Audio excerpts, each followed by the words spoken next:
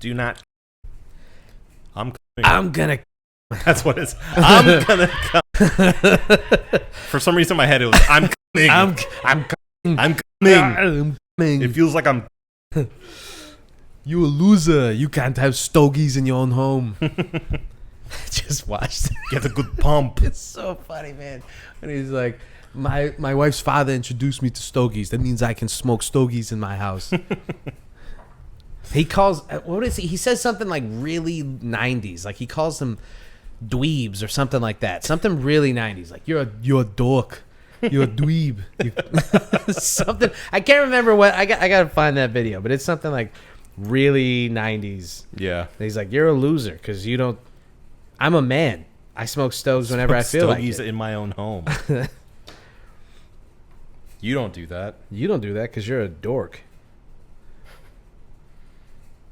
I'm the largest man, and I smoke stogies. Yeah, I mean, who's going to tell him he can't smoke stoves, you know? Yeah. It's inspiring. Do what you want. He's like, I'll smoke a stove. Okay, yeah. All you have to do is... The way I got into smoking stogies is very simple. I went home with Maria in 1977 when I met her at the tennis tournament. I went home with her to meet her parents in Hyannisport. Parents. And there, her father, after dinner, pulled out a cigar, lit it up. Then he gave one to his son, then to the other son, and to some other people. And he said to me, do you want a cigar? And I said, I don't know how to smoke a cigar. He says, well, try it. Because after dinner, everyone ought to have a cigar. So I tried it. Well, the rest is history. I'm still smoking stogies. I love it. And he introduced me to something really good. And I know now the next question. Knowing you, being the interviewer that you are, digging in deep all the time, you will say now, what does your wife think about that? Let me ask you something.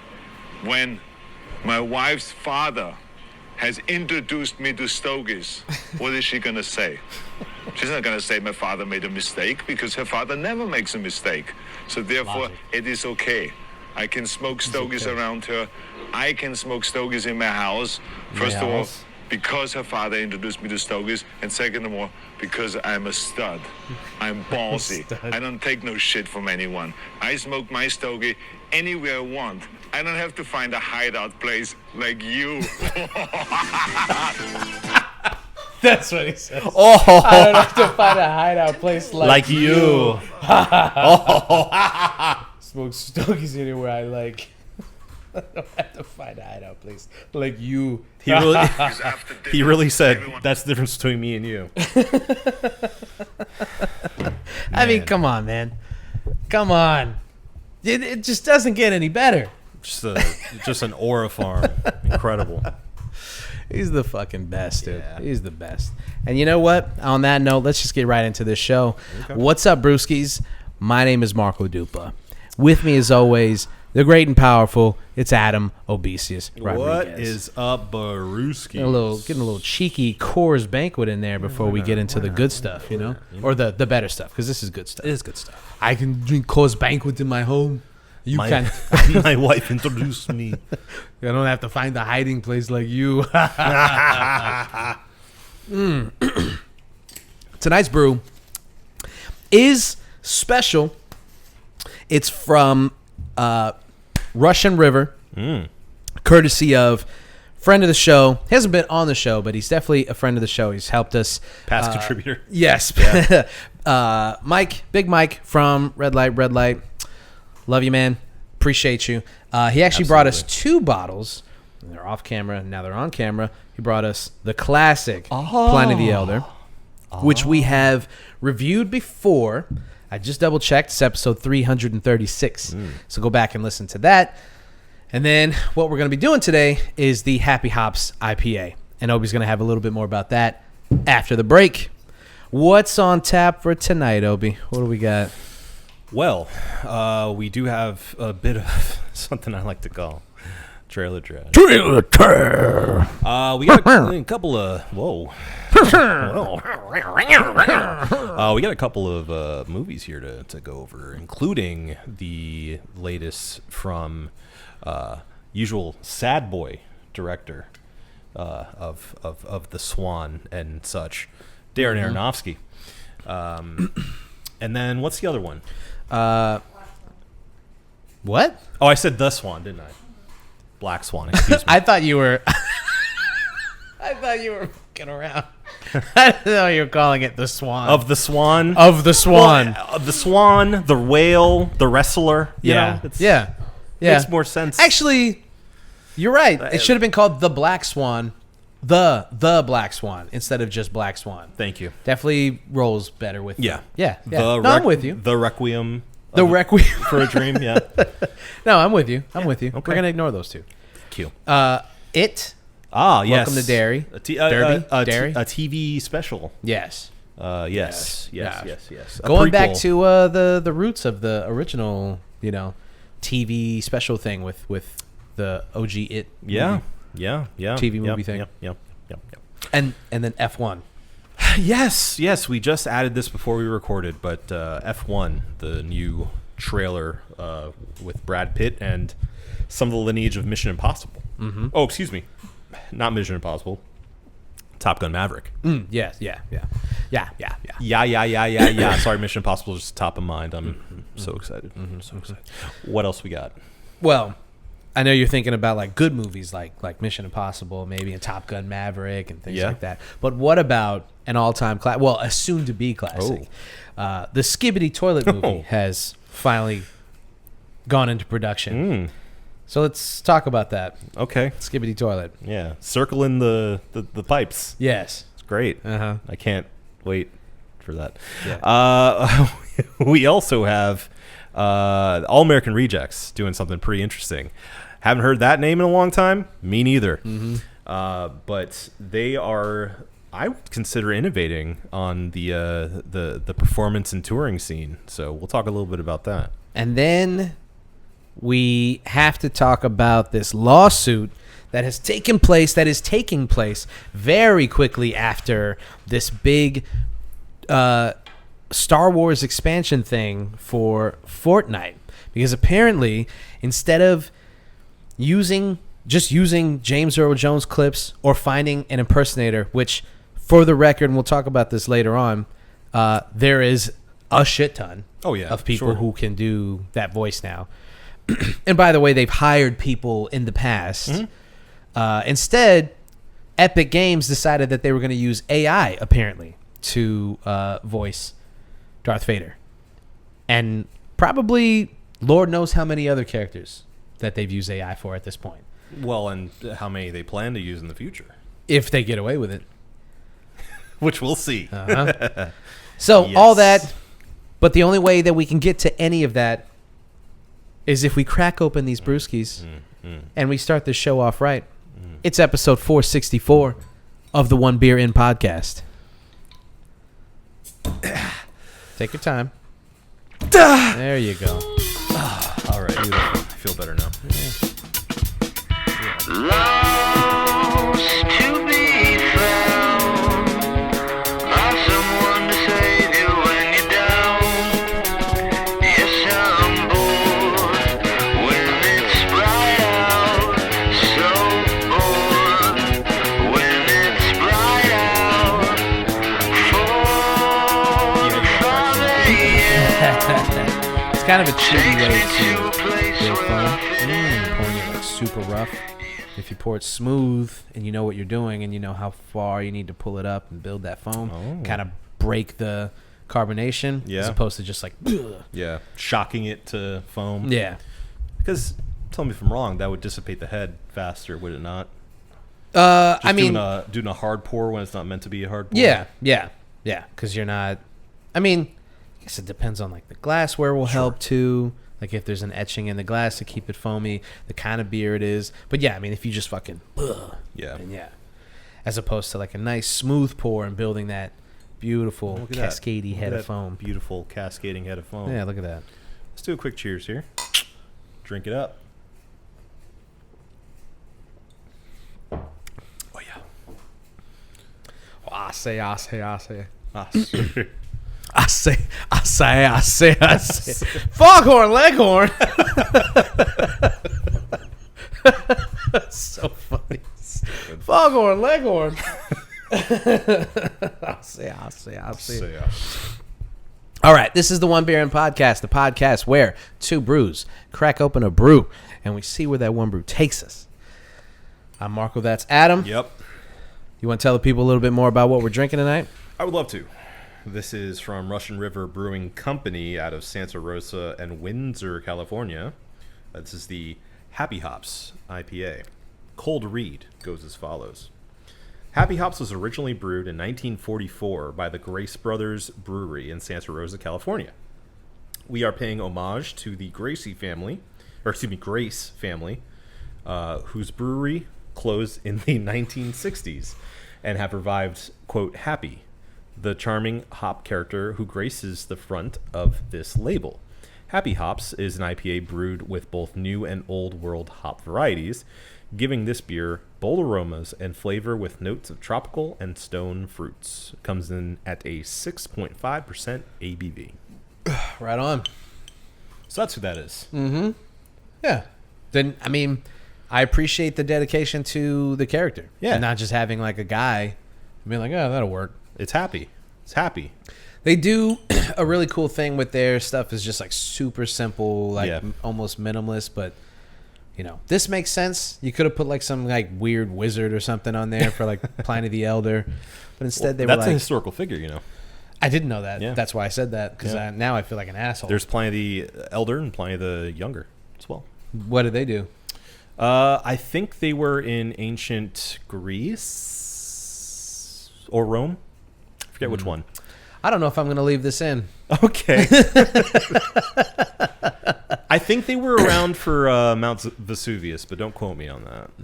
One of them was. That's okay. I'll leave it in. I'll accept that I'm an idiot. You're not an idiot, and a lot of people don't know that. I found that through sleepless nights, falling into YouTube trances. Yeah. You know? Still feel like an idiot. I do feel like, you know, especially recently, man, I do feel dumber. I do feel like I've been trying to lately, although if you're watching the show, like, you know, I got a lot of body here. Got a lot of body. You see, that's a lot of body. And I'm trying to reduce this amount of body. Just a little bit. Nothing crazy. Sure. So I am trying to work out a little bit more. I'm just trying to take care of myself. I'm trying to eat a little bit better. Beers notwithstanding. Sure. I'm just trying to do like little things, right? Incremental things to feel a little bit better. There he is. Yeah. From Italy. Pliny the Elder, he's ancient Roman. He actually died in Pompeii. So yeah, that was, you know, there you go. Right along there. And I don't know, man. I just feel like another thing that I need to add to the list of incremental self-improvement is reading again. Like just trying to get back into like that part, like the physical part, the mental part of, because I just sit and I know we all do it, but I sit and I doom scroll and it's definitely gotten worse recently. Not the amount of time that I spent, because I actually don't scroll as often as I used to, but that's because it's less and less entertaining and more brain rotty. Yeah. Which I guess that should get us right into the Skibidi Toilet movie. Okay, yeah. let's just go right into that. Jump right into the toilet, yeah. Because, all right, I have a confession to make. Okay. I don't know what Skibidi Toilet is. I don't know. I don't understand the meme. I have never seen any video, and I feel like I'm 100 years old. I'm at a complete loss for why it's being made into a movie. As far as I understand it, there is a weird face that comes out of a toilet. Yes. That's all I know. Okay. That's the only thing that I've ever seen. I remember there was one video I saw where like a bunch of them came out of a bunch of toilets. Yes. That is the extent of my knowledge of what Skibidi Toilet is. Okay. And so I'm just at a complete loss as to why they're making a movie. I know that it was a meme. I do know that. And I know that people like made jokes about it and stuff. And I know that they made movies, like horror movies get made all the time about like what was the guy with the long arms? Something Man. Long arms, yeah. Mr. Long Arms. Yes. Something Man. Slender Man. Slender Man. Yeah. And then there was that one of the super photoshopped face that then like Hulu was like, oh, let's make a horror movie based around this one like shitty Photoshop. So I know that this happens all the time. But this one, I don't even know what the plot could possibly be about. Okay. Do you want me to Please inform you a little bit? Please inform me and everyone else who is wondering above about the age this. of 16. Okay, so look. This is the Google overview, just so I can get all the facts straight. 'Cause Okay. I, as well, am not super familiar. I do know a little bit because I watched a YouTuber talk about exactly what it is. Okay. But here you go. The Google overview. Skibidi Toilet is a dystopian series of fast-paced YouTube videos and shorts produced in machinima style by Alexei Gerasimov.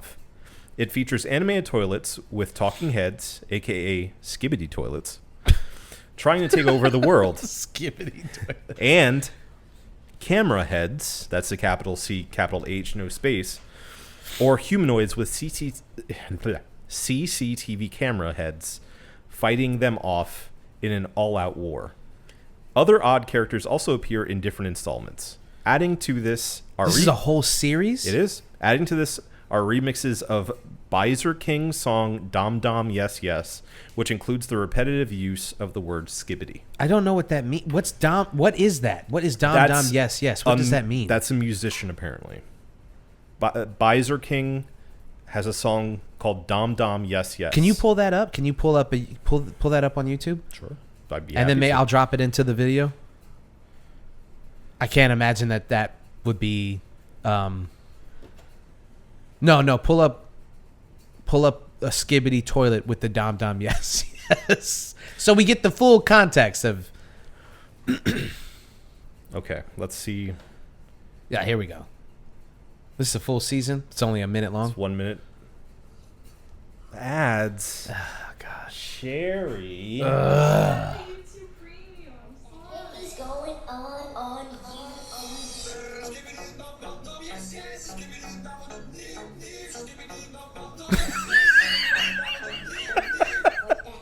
This is insane. There's two of them now. Oh, heavenly smile.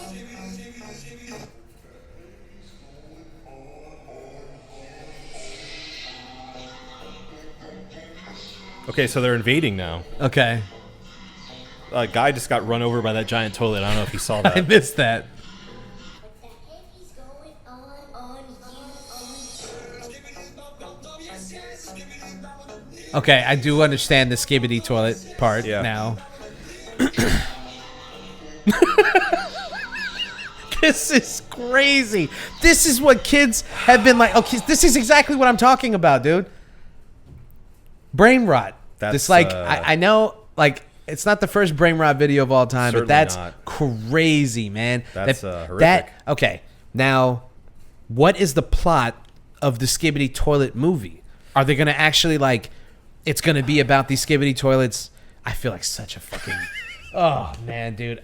So tell me, are these Skibidi Toilets gonna have words characters that are coming out of my and- face right now? I don't even know what man. That's Because- my question to you, my friend, is... Well, Michael Bay is attached to this. And that's why... Not only attached, he's going to direct the Skibidi Toilet movie. What could he possibly...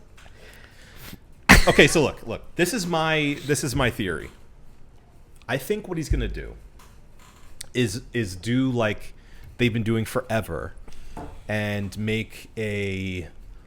like a battleship movie out of this, where it's like, And that movie sucked. I know, but it be an action movie and like Skibidi Toilets become real and they come out of the internet and humanity needs to figure out what to do with them, and this plucky young kid is gonna figure it out because he watched Skibidi Toilet when he was an even younger kid, and he's gonna save the universe from the Skibidi Toilets. I mean, okay.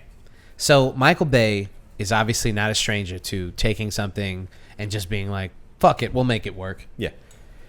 This though, this is something like this is on a level of, I mean, I almost commend him for trying, because like Transformers is good enough on its own that you know, that makes sense. You can make 100 of those, even if they're the worst movies ever, which some of them really are. Well, and lest we forget, Transformers, the Michael Bay movies, have very little to do with the Transformers animated series that we grew up with. So he kind of just did his own thing with that anyway. Yeah.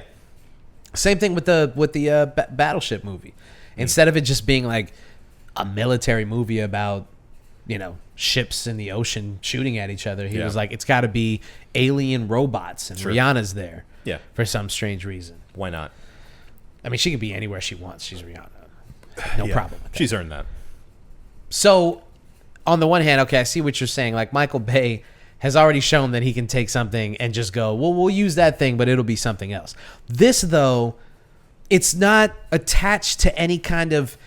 It is genuinely... It would be like making a movie about Crazy Frog. Yes. Or, you know what I'm saying? Like, it's just so beyond the realm of, like, what could it possibly be about?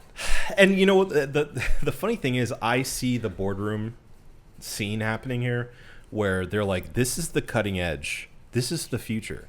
We're no longer, you know, like video games, old news. Yeah. They're already doing that. Yeah. Let's find memeable brain rot that Gen Alpha has attached themselves to. Yeah. And make money off of that, because there's so much of it available for very cheap. I mean, way cheaper than Transformers was. It is acquire.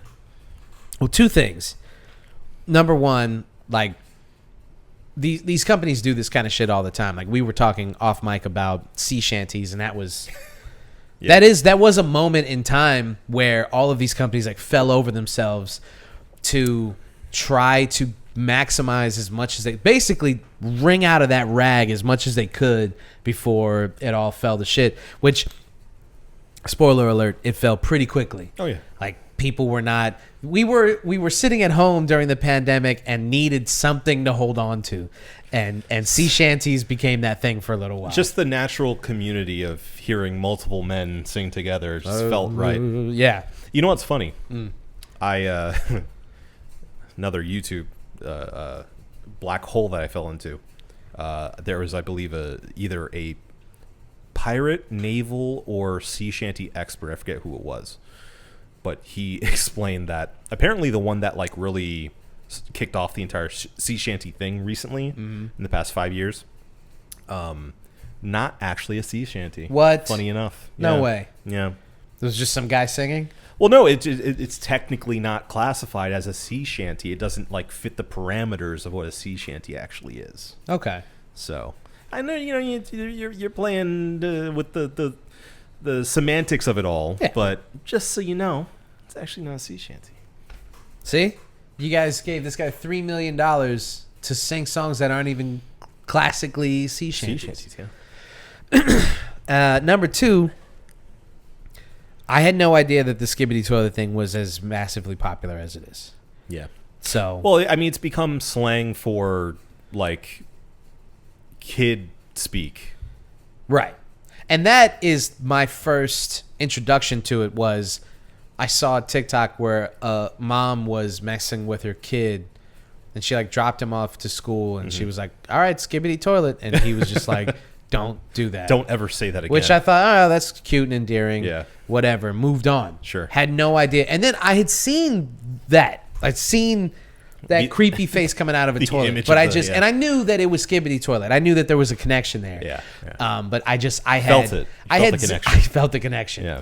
I just had zero inclination to investigate any further. Yeah. And I say this, and I'm gonna be like shitty about this too, but I just want to say for the record that the stuff that we found funny, there's probably a lot of stuff like Vine. You go back and watch Vine compilations, and a lot of that stuff, I'd say the vast majority of it does not hold up. It's just not funny, except for Marlon Webb. Go back and watch Marlon Webb's Vines. His hold up. The one about the weed card. Do you remember that one? I don't remember. I'll show it to you later. Okay. So funny. I got that weed card. Shit. And then they just play Hood Nick. And he pulls out a flute for some reason. It all happens so fast. Yeah. It's really like, We talked about that millennial absurdist humor before. yeah. And the thing is, I do think that Gen Z took, I mean, as much as they would hate to admit it, they did take that, and then and now what they find funny is something to a level that like is unexplainable if you're not in it. It's like trying to explain a culture to anybody that they're not a part of that thing. Sure. Like, of course you wouldn't find it funny. You just don't get it. Yeah. And so basically what I'm saying is like, I get that I'm too old for this shit. Yeah, and I'm gonna be shitty about it because I'm too old for it. Yeah. But I do understand that there is an entire generation of kids who are like, you just don't get it because you're old, you're unk. And I'm like, I get it. Yeah. I'm 35. I get You're it. I'm too washed, old. my friend. I am washed, bro. Yeah. I'm definitely washed. You see these gray hairs coming in? I'm washed, brother. So Who are you telling? I get it. Don't jump on us like, stick with us, okay? Don't skibidi our toilets. Don't skip. But again, what the fuck is this movie even gonna? Is there anything in the research that says what the plot of the movie is gonna be? No. Okay. I will say, surprisingly, and this is from Forbes, I'm just going to read directly, the Skibidi Toilet film has attached top talent with 3-time Academy Award-winning VFX supervisor Rob Legato, who is attached to Titanic, Avatar, and The Jungle Book. That is crazy, man. Joining the production along with Academy Award-nominated production designer Jeffrey Beecroft of 12 Monkeys and Transformers fame. So they're investing talent and I'm sure a lot of money behind this thing. But you know what's crazy is, at least, okay, so like with the Minecraft movie, for instance, that movie, for all intents and purposes, is not a good movie. Sure.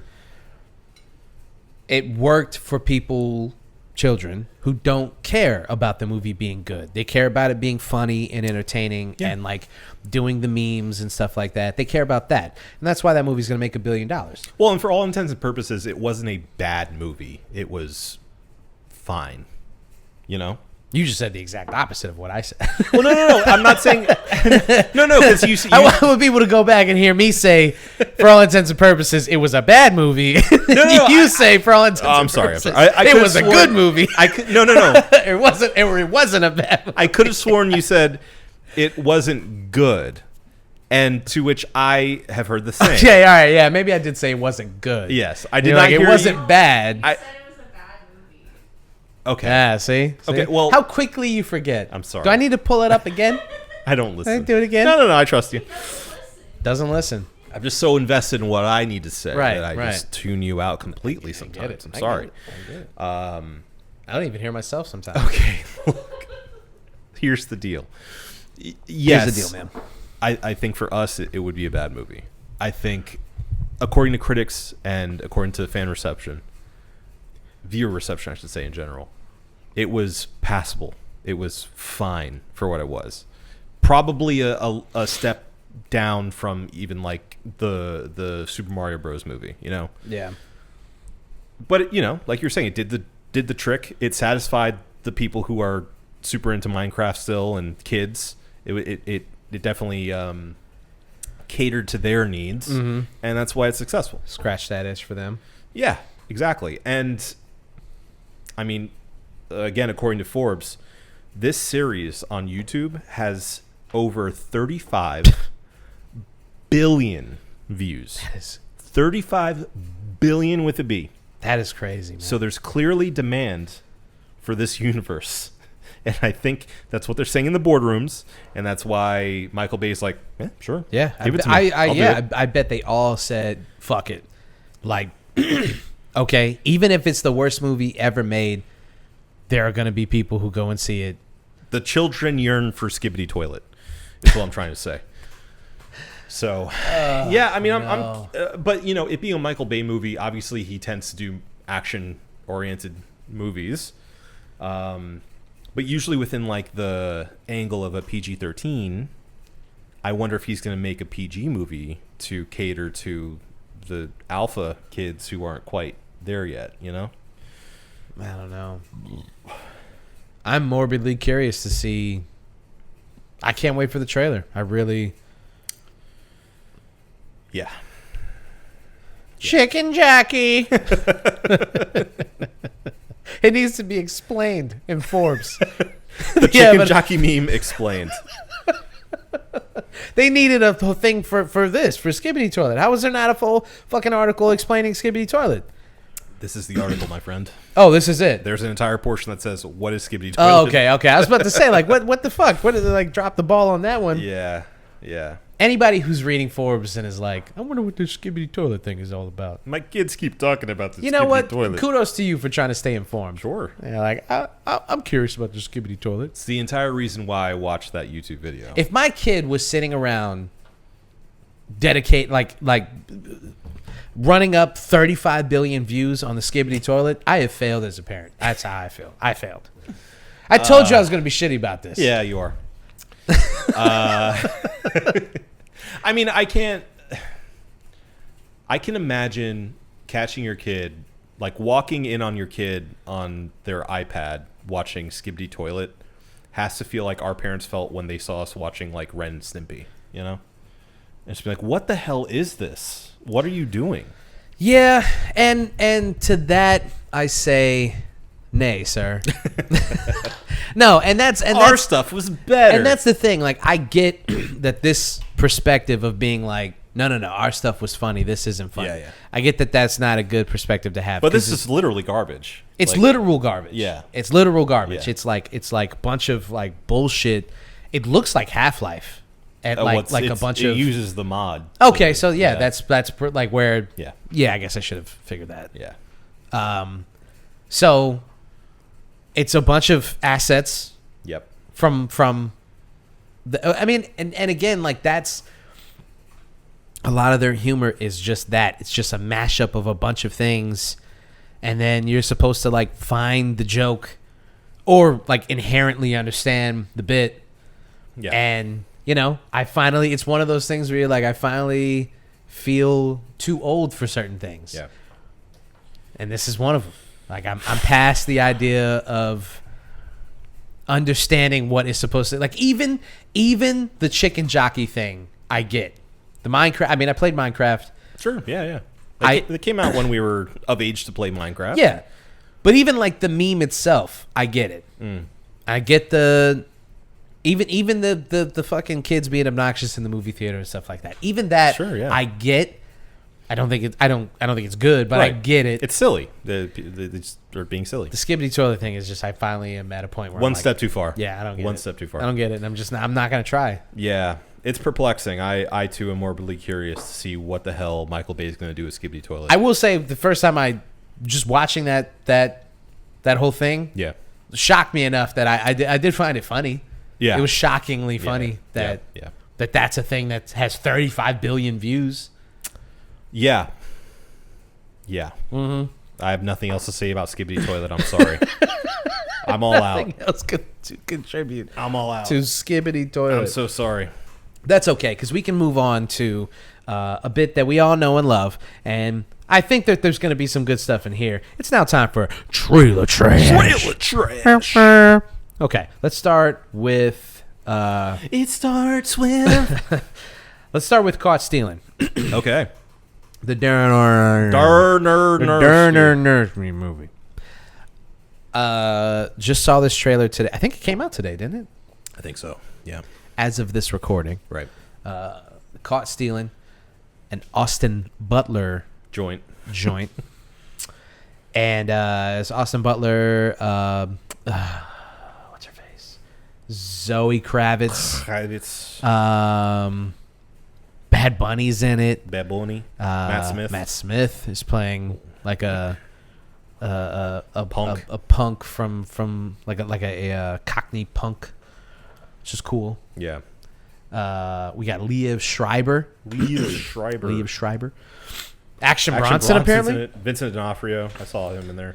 So, okay, I will say, all right, the first time that the first clip I saw, rather, was actually Bronson reposting it on his Instagram, and I was like, oh, this looks interesting. So I clicked into it, and he's not in it. As far as I could tell, I couldn't see him in the trailer, so I don't know how he's involved. His character doesn't have a name on Google. Yeah. I don't know how he's involved. He may just be loosely associated. Yeah, or he could just be like in the background. It's set in New York, it Right. appears, so Right. In the 90s, I think. that's hard to tell.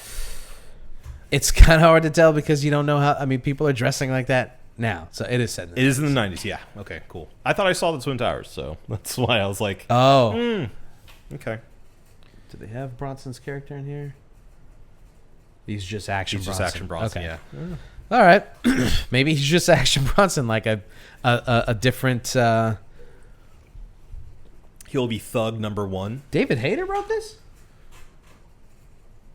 David Hayter. That's cool. Oh, yeah, I mean, he did X-Men. Yeah, I know he's like a so- really good writer. Yeah. It's cool that he's still getting work. Which he adapted apparently from a Charlie Houston book. Cool. So anyway, Darren Aronofsky, a pretty stacked cast. Yeah. Austin Butler doing his thing. A lot of people drawing connections between him and Brad Pitt. Saying like he could be our next generation Brad Pitt. Oh, I didn't really. Yeah, I guess I could see that. Based on the looks, the swag, the film choices thus Yeah, far. yeah. You know, picking some interesting stuff. Yeah. Some crowd pleasers. One for me, one for you kind of thing. Mm-hmm. I'll be honest, man. I have to do a little bit more deep dive into Austin Butler. I didn't see the Elvis movie. Oh, mama. Yeah. Watch out. And I didn't see They the took my hair, mama. didn't see the bike riders. That's one I didn't see either. So, yeah. I mean, like, you know, Once Upon a Time in Hollywood, obviously. he's great in that. He's great in Dune. Dune 2. Dune 2. Doing 2 Austin Butlers at the same time. But yeah, so him and you like that? Him and Timothy Chalamet are like our two They're the guys. the two leading men in Hollywood, the new guys. Yeah. I can dig that. What? I'm coming around. I'll still beat the brakes off him, but I'm coming around. You know, if I ever saw him, it's on sight. Ball Atreides. I mean, at this point, yeah. I mean, at this point, I have to fight him now. I've said it too much. You I have can't said it back too down. much. Yeah. Don't go to New Don't York. go to I'll New go York. wherever I want. Don't go to New York. I ain't got to check in with nobody. I'll call around to hotels and see who's got Timothy Chalamet staying. That tour to New York might be your last. Not mine. Timothy's. Yeah. Don't go to France. Don't go to France. He runs shit out there. Anyway, caught stealing. Yeah. What do you think? I mean, a complete swerve for Darren Aronofsky. It looks like he's making a movie with joy, which to me feels like a wholly new driving force in his movies. And for that reason alone, I am so excited to see what he does with this. Yeah. I mean, it's billed as a black comedy crime film. That's exactly what the trailer looked like. Yeah, and if you know anything about Darren Aronofsky, it's not comedic. Certainly not comedic. No. So I don't know what inspired this, but the fact that he is doing something There different. was that really funny part in Requiem Oh yeah, where they like OD'd or whatever. yeah, it's great. It's great. His arm is like rotting Yeah. while he's still alive. It's great. Yeah, it's a good part. Yeah, yeah. That was funny. Sure, the whale, Black comedy. Yeah, I mean, Brendan Hilarious. Fraser, so funny. Hilarious. Comedic icon. Yeah, yeah, it's good stuff. Yeah, I mean, again, just the fact that he's doing something completely different, and completely within my wheelhouse of interests. Yeah. Has me super excited because I've always liked him as a filmmaker. But I got to say, bit of a downer. Bit of a downer guy. Yeah. Films, pretty down. Don't really revisit very many of them. And I would like to because I like his eye. I like his style. So I'm very hopeful. I like this ensemble cast. I think Austin Butler and Zoe Kravitz look great together. And They do chemistry. seem to have a lot of chemistry just in this trailer alone. Yeah. So I am very hopeful. I think this may be a real breakout crowd pleaser, and hopefully we see more of this side of Aronofsky moving forward. I want more fun films from him because I just like what he does. I'm looking at Not when it's so sad. movies that he's directed. Yeah. Pretty short list, actually. Well, Pie, Let's see if you can do it. Requiem. Uh-huh. What came after Requiem? Was it a big film after Requiem? No, I didn't think so. There was a movie that came out, and then there was a big movie. What was the in between? So there's The Fountain, Oh yeah, I forgot about that. and then Wrestler? yes, Yeah. Wrestler, then Whale. no, dude, you're skipping a lot of movies. You jumped 10 years. Sorry, almost. Forgot. Wrestler. What came after Wrestler for Aronofsky? Oh, of course, Black Swan. Yes, Yeah, there's 2 movies though that he did Black Swan. between Black Swan and The Whale. One of these you might get. One of them I would be very surprised. Go ahead. Well, he did Mother, that Oh Jennifer my God, Lawrence of movie. Of course. Damn it. Yes. Yeah. Yes. And then Noah. Don't know Noah. It's about Noah, like the biblical Noah. Oh. Is it Guess who stars as Russell Noah? Crowe? Oh my God. I forgot that movie existed. Yep. That's funny. He did a movie about Noah, and he picked the whitest human beings he could find: Russell Crowe, Jennifer Connelly, always bad, Emma Watson, Anthony Hopkins. Wow. Yeah, Okay. crazy. It's a choice. It's a choice. Yeah. Okay. And then Whale. And then The Whale. Yeah. Okay.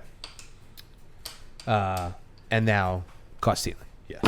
So, pretty, like, super. I mean, other than, I don't know how that was received, this movie, Noah. I'm not even going to look at Not the, well. Not well. you could look at the poster and tell that it Yeah, wasn't, no. just didn't look good. Weird choice. Weird choice. Super All around. strange. Super strange. Especially for the people involved. Do you think Anthony Hopkins played God in that movie? Who else did he play? Who else could he have played in that movie? Now I gotta look it up. The unicorn just left off the ship. Let's see. Let's go back to Noah. Probably a king of some sort that Yeah. doesn't believe Noah. I don't Cast is Russell Crowe as Noah. know. Yeah. Jennifer Connelly is Nameh. Now, this is going to really show my lack of biblical knowledge because I don't know how to pronounce these names. But that's Noah's wife, apparently. Ray Winestone is Tubal Cain, a descendant of Cain and Noah's nemesis. Yes. I think they made that up. I don't know much about the Bible. I don't think that there is like a descendant of Cain. There is. Well, no. I shouldn't say that. But there's not like a rivalry between Noah And Cain. and like the third Descendants generation of of Cain. yeah. I don't. Descendants of Cain is a really good band name, though. Yeah, Descendants of Cain sounds Yeah. fucking hardcore as shit. Anthony Hopkins plays Methuselah, Noah's grandfather. So there you go. Good to know. That makes sense. Not one person voices an animal. It's probably for best. That's too bad. That's too bad. It'd be unbelievable then. It was denied release in China, according to an anonymous source, for, quote, religion-related reasons, and was banned in several Muslim countries for its depiction of prophets venerated in Islam. So, there you Yeah, go. that makes sense. Although it received praise for its direction and acting, the film also generated controversy for its perceived environmentalist political messages and extensive use of non-biblical sources for inspiration, such as the Book of Enoch. Ooh. Holy shit. Grossed $362 million. Whoa. This movie was a success. Excuse me. It is Aronofsky's highest grossing film. Can you imagine all the people who were like, you guys don't know what the fuck? We just discovering this knowledge. I was about to write this off. Let me tell you. That's why he made that movie. That's crazy.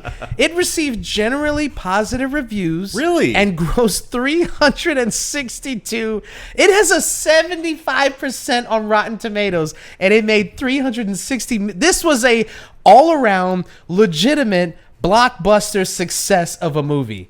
It was banned in China, and it still made $362 million. I sit here, egg, face. I don't know what to tell you guys. I'm sorry. Shocked by this information. I thought it was more plugged in than I am, apparently. I thought it was one of those, like, Robin Hood movies that came and went, you know? No. Wow. It was banned in multiple Muslim countries and China, and still made that much money. Kind of want to watch it now. Yeah. I feel like I skipped it because I assumed it was another, crappy Gerard Butler helmed epic bullshit. Yeah. This is the critics' consensus from Rotten Tomatoes. With sweeping visuals grounded by strong performances in service of a timeless tale told on a human scale, Darren Aronofsky's Noah brings the Bible epic into the 21st century. Wow. Crazy. Peter Travers liked it. Wow. From Rolling Stone, a film of grit, grace, and visual wonders that for all its tech head modernity. Thank you. Jesus Christ. This is why I need to read more. Is built on a spiritual core. In this flawed, fiercely relevant film, wonders never cease. Jesus Christ. Okay. Can't believe it. Okay. All right. Let's move on to another movie. Caught Stealing. Caught Stealing. Not trash. Not Looks trash. great. Yeah. Okay. It. Welcome to Derry. What? Welcome to Derry. It's a prequel series. Yes. Explaining, although it says this is where like it all begins. This is where like all the stuff begins. No. But that's not true. No, it's not true. Yeah, it's not true at all. From what I understand from the source material, it all began like in the 1800s or something. Yeah, I thought it's been going on for centuries. Yeah. Yeah. And yeah. And these kids, I mean, I guess maybe like the town of Derry itself, this is when the demon or multi-dimensional alien demonic creature could have just been a demon. It didn't have to be like he had a good idea. Yeah. Fear incarnate. Sure. Well, it feeds off fear, yeah, so it just but he couldn't just let well enough alone. He had to be like, well, it has to go too far and be an interdimensional demonic being. Yeah. For it's fine. Yeah. It's an evil clown. That's all you got to know. That's all it has to be. Yeah. And sometimes a spider monster. Yeah. Whatever. Yeah. Yeah. So I think this is telling the origin story of how it, Pennywise, I should say, came to Derry. Yeah. And started its reign of terror. It's reign of terror. It's been. Excuse me. I'll say this from the jump jump. The fact that Bill Skarsgård is reprising his role, has me excited about the show. Oh, he was great. So at first I was like, because Pennywise, if he wasn't in it, and I would have probably written this off as just a kind of, we got to keep this thing going. And it may still very well be that. But the fact that he is involved lends credence to the existence of this thing, more than just being like a cash grab thing from HBO. and Which to say that not that HBO is known for that kind of thing. Sure. I mean, they do prestige television, and they don't when it comes to their actual HBO original TV shows, you know, they spare no expense and they try to make good TV. So, Yeah. And I think to add to that, to the fact that Andy Muschietti, who directed parts 1 and 2 of It, is back to develop this show. yeah. So that's cool. Yeah. So it'll clearly have the thumbprint of the movies, which were successful and pretty critically acclaimed too. Also, before we move on, Yeah. can we talk just a little bit about the fact that HBO has changed their name back to HBO Max? Yeah. Let's talk about that for a second. Okay. Because we talked a lot about the name change and everything. And I just want to say, for the life of me, I cannot understand what's going on in those board meetings. They made, in the past 2 to 3 years, from a critical standpoint, because obviously, you know, the app is still successful and they still have really big TV shows and people are going to watch White Lotus and Righteous Gemstones and all that stuff. Yeah. But from a critical standpoint, they made bad decision after bad decision after bad decision. They're successful despite themselves. Yeah. Yeah. They brought in some of the best writers, some of the best people on television to make sure that HBO continues its long lineage of success. Yeah. But every other decision outside of hiring people like Mike White has been just an unmitigated disaster. Yeah. Everything that they do, from the app to the acquisition and mashing together prestige television and fucking reality TV shows, bro. I'm so happy that I'll even give them this. If it takes all of this for them to go, you know what, we fucked up. You're right. We made a bad decision with the name. We made a bad decision with the content, and we are going to take a step back, and we're just going to kind of let it be fuck it. I'm not even going to bust your balls too much about it. I mean, we have to do it right now. We have to. Sure. But in the long run, if I get to go on HBO Max and not have to scroll through 6,000 fixer-upper TV shows, dating TV shows, 90 Day Fiance, and all this other bullshit to get to the TV shows and the movies that I just don't go on HBO unless there's something specific that I want to watch. I cannot even scroll on that app because it's just filled to the brim with bullshit. Yeah. 90 Days notwithstanding. Thank you. There you go. So that's my thought on it. The floor is yours. Thank you. I just want Looney Tunes back, man. It's coming. What? It's coming. They're bringing back the Looney Tunes series? You just mean Looney Tunes in general? general, Oh, yeah. okay. I thought you meant the movie because the movie's going to be on HBO Max. I know the movies. I'm excited for that too. I am excited for that too. But just Looney Tunes in general. Yeah. I just I just want to watch Looney I Tunes. just want to watch Looney Tunes. I think a lot of their issues start and end with how poorly WB has been run as its own thing. I know they're connected, obviously, but it bleeds into the failures of HBO and HBO Max.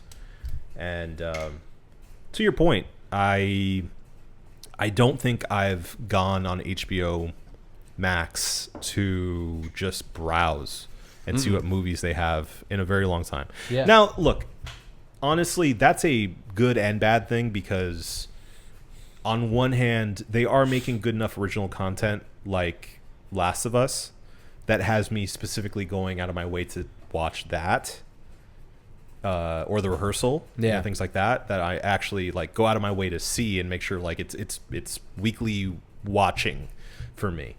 But at the same time, I remember a time where you would just be like, I don't know what to see. I don't know what to watch right now. I feel like watching a movie. Let me see what's on HBO Max. Yep. Yeah, I haven't done that in so long. And it was a winner too. You could just Yeah. do it, Oh yeah. and you didn't have to worry about it. Yeah. You knew you was gonna find something on there. Yep. So, yeah, I mean, I think I want to give them props for realizing the error of their ways. We'll see if it goes beyond just renaming it HBO Max, which is what everyone called it anyway. I hope it does, because I think that they have the money and the lineage to continue making prestige TV, especially. We'll see. I don't know. Yeah. I mean, I'm hopeful. I just hope that WB eventually figures their stuff out and stops burying their own movies and content. Dude, tell me about it. Still upset about Furiosa. Yeah, it just doesn't make any sense. Makes zero sense. Okay, back to it. Welcome to Derry. Yeah. Trailer itself. Yes. Did it get you excited about the TV show? It did. I wasn't super excited about the idea of a TV show prequel to this story. But I think they did enough in it to show, like, okay, it's a period piece. It's set in the, 60s? There's clearly more going on than just the horrors of this demonic presence. There's racial tension and new family in town and school issues. Oh, another woke ass Yeah. TV show with black people in yuck. it. DEI, am I right? DEI is when black Yeah. Or gay. or gay. So, yeah, I mean, showing that there is more to the story than just Pennywise, and more horrors actually involved than just Pennywise, and there being a general tension with what I'm assuming is our main family, who's a black family in the 60s in a predominantly white neighborhood that they just moved into, and there being in the backdrop missing kids, I think is interesting. And I think ripe for intrigue and mystery and horror, of course. So I'm interested. I'm curious. The trailer is not trash. Yeah. Not trash. It looked good. Yeah. And like I said, Bill Skarsgård being back is like, that's the cherry on top. Yeah. And you're like, okay.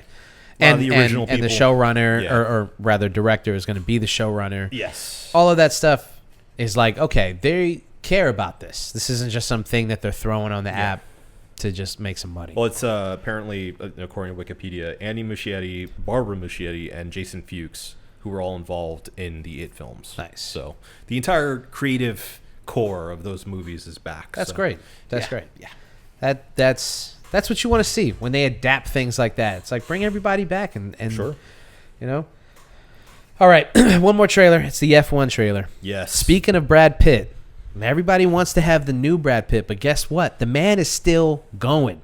So until he decides that he wants to call it a day, don't be coming around here with your new Brad Pitts, okay? Because we got Brad Pitt at home, and it's actually Brad Pitt. You know what I'm saying? So for you, So he looks like Brad Pitt. he looks like Brad Pitt. That don't impress me much. That's a good one. That's a good one. Thank you. Nice. Yes, F1.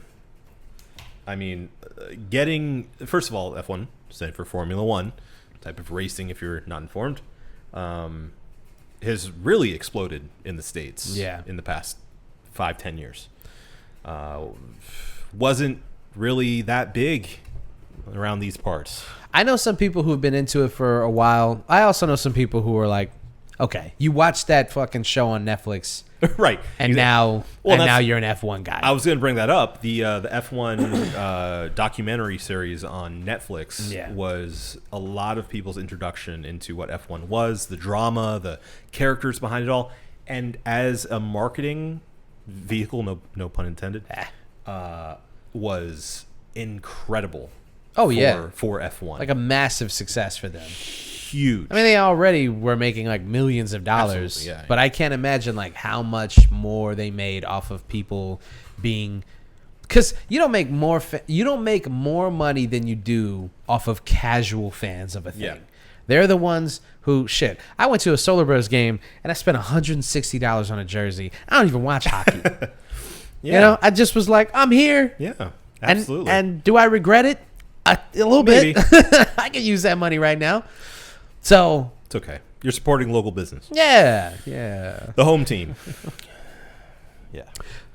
So yeah, the doc did a lot for the public image of F1, the American public image, I should say. Yeah. And so now we have a movie starring one of the biggest movie stars that we have, Yeah. and one of the best up and coming actors, Damson Idris, in what could be one of those, like, I mean, it's got enough of a machine horsepower, if you will, No. behind it. Because this is one of those movies that's like, it could be just one of those throwaway kind of, like that Gran Turismo movie that came Yeah. out a couple years ago. You're like, well, nobody was in that fucking thing. Sure. Except for, I think, the guy from Stranger Things was in it. David Harbour. David Harbour was in it. Oh. He was. He's the only face that I can picture thinking about that. Orlando movie. Bloom. Orlando Bloom was in I think it? he was in that too. Oh. Yeah. Well, that goes to show you. I think. You're just throwing actors in there. What's his name? From the Jimson. Jimson? Not Jimson. Jimson? That's not a name. Not Jim. I was just putting words together. Oh my god. What's he in? He was in Blood Diamond. Oh, the African dude. Yes. What's his name? I don't know that fucking guy's name. Crap. I need to look it up now. I know exactly what you're talking about. Great actor.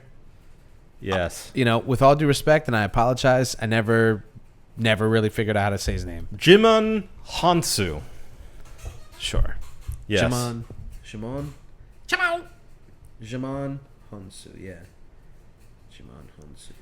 Also, the guy who goes, who? Yes. Star-Lord. In Guardians of the Galaxy. Yes. Who? Amistad. Star-Lord. Amistad. Yeah. Give us free. Yes. He's been in a lot of shit. Yes. I think he's nominated for an Oscar. I'd be He got surprised if he wasn't. Best supporting actor nomination, probably from Blood Diamond. He was in that one movie, that MMA movie. I don't know. I can't remember what it's called. Doesn't matter. Never Back Down.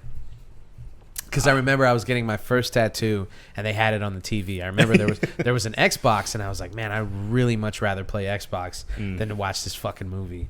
And it was okay. It was like two high schoolers. One kid gets his ass kicked, and then he learns MMA, and then it's like. Did that turn into like an entire series? Yeah. Okay. Yeah, they did. I thought so. Yeah, they did a bunch of them. Yeah. Yeah. Anyway. Yeah. I think Michael Jai White's in one of them. Yes. This is the kind of knowledge that just like certainly bounces is. around in our heads. Yeah. No, he definitely is. He definitely is. Where Yeah. you're like, Yeah. this is why I don't know who Pliny the Elder is. Because I know Michael Jai White is in the direct-to-DVD sequel of Never Back Down. Yeah. Yep. Yeah. Yep. I wish that I could move certain things out. Like that knowledge, only for this one instance does it matter. The rest of my life doesn't help. Doesn't give me anything. I'd venture to say it doesn't matter here either. But you know, I'm happy you know it. It's helped keeping the ship rowing. Okay. Okay. Anyway, we're not still talking about caught stealing. No, go back to F1. No, you moved away I'm from it. I'm sorry. I had to look up. I was Jimon using that Hansu. as a reference. Jimon Hansu. That's actually not that hard of a name. It looks difficult. It does. It looks, but it's not that hard. Everyone should learn those names. Yes, If you know Brad Pitt, you should know Jimon Hansu. you should.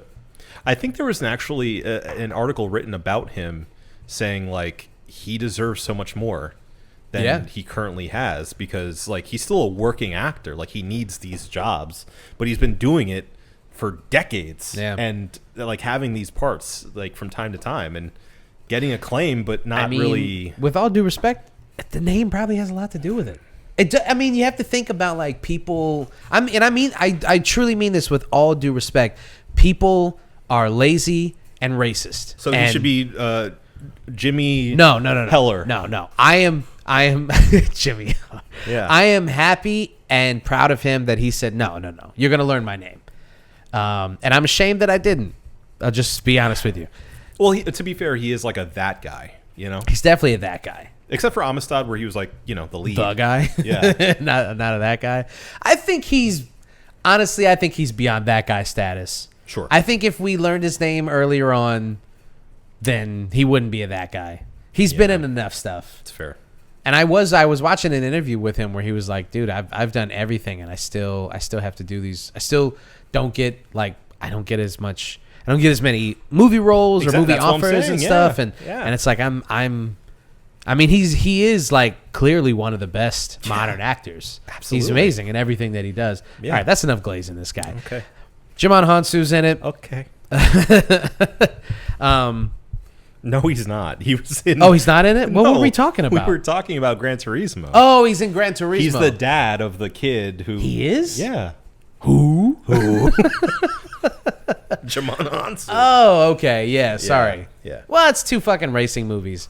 Yeah. I'm not going to sit here and pretend like I give a flying fuck about any of this. And this was exactly why I wanted to talk to you about this trailer. Okay. I'm glad we got here eventually. I want to know, as a guy who has like negative interest in anything that has to do with racing, other than Fast and Furious, does this touch you in any way? Does this interest you? I mean, other than obviously like it's a movie, you know, like other than the fact that it's a Brad Pitt helmed, you know, what a lot of people would consider an action or sports movie. Does this at all interest you? Does it pique your interest in any way? Did the trailer make you like go, huh, that's, you know, interesting, that's exciting? Not even in the slightest. Okay.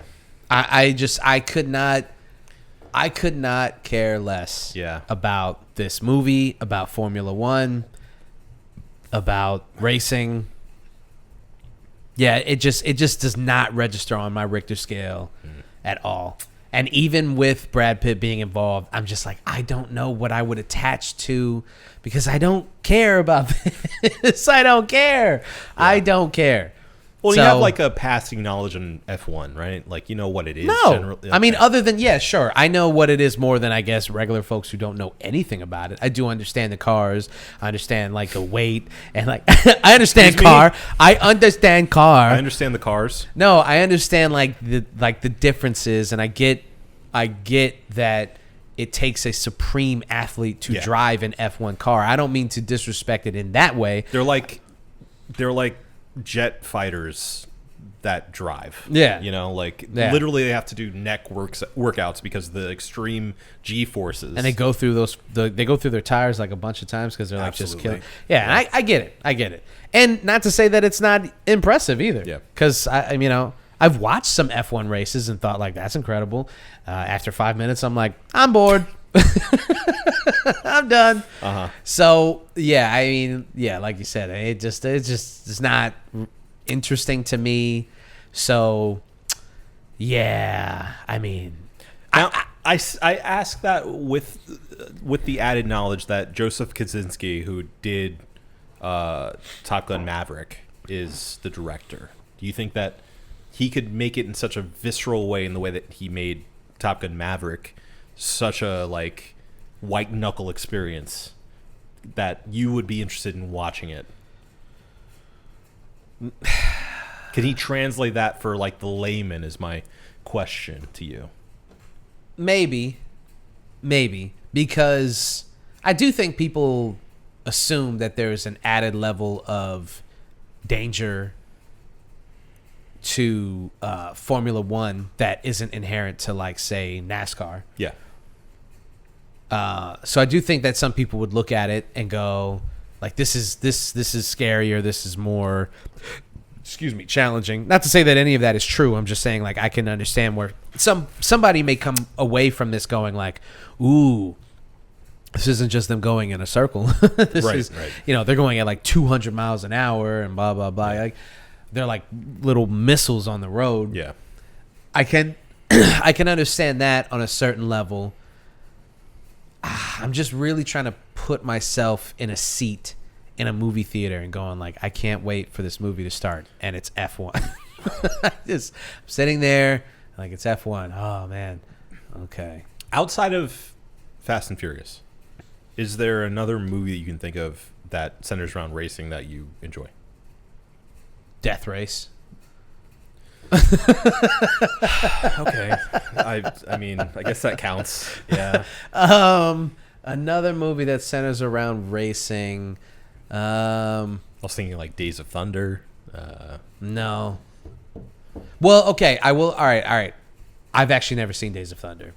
I know. Oh. I'm a TC guy, Oh, but I just have never seen it. That's It's just one of those things that's like passed me by. that's a huge blind spot. I know. Blind spot. Blind I said. splot. Yeah.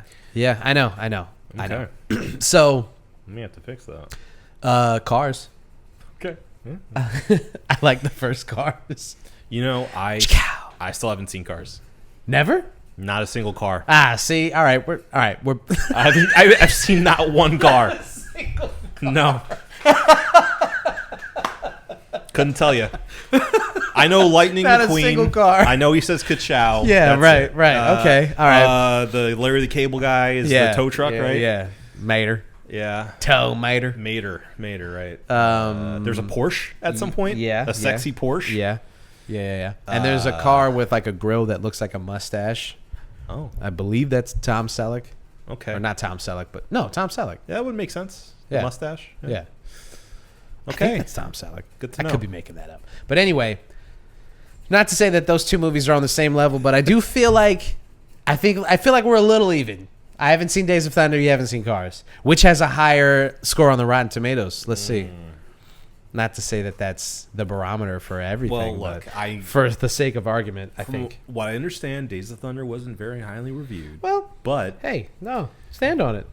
I Has a I 38 love it. Has a 38%, so let's just throw that out there. I love it. 38%. 38%. A lot of people got too caught up. 38%. A lot of people got too caught up in the fact that it's basically Top Gun again, but in NASCAR. Well, some would say caught up. Others would say that's a reasonable criticism of a movie I that's don't- unoriginal. Really want to hear it until you watch it yourself. Sure. Okay. But also 74% for Cars. Well, you know, the Pixar bias. Pixar bias. It's not even like really the highest rated No. Pixar movie. And that's the reason I hadn't seen it, is because when it came out, a lot of people were like, kind of disappointing for a Pixar movie. It is. It doesn't have the emotional depth of the other Pixar Toy Story. movies. Yeah. Yeah. It's okay. Yeah.